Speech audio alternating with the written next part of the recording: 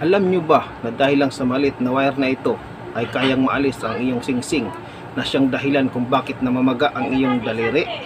Marami ng mga gumagawa din mga boss na pamamaraan kung paano maalis ang mga singsing nila na na-stuck sa kanilang daliri. Yung iba gumagamit ng mga sinulid at mayroong mga ginagrinder, at yung iba nilalagari po ng kagaya ng lagaring bakal.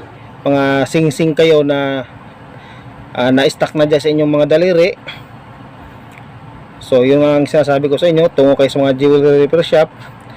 Sa ganitong pamaraan mga boss, ay ito ay sinasample ko lang sa inyo ha. Yung talim nito mga boss nandito sa part ng ibabaw. So ang paglagari nito mga boss, habang nilagari, pahila paangat.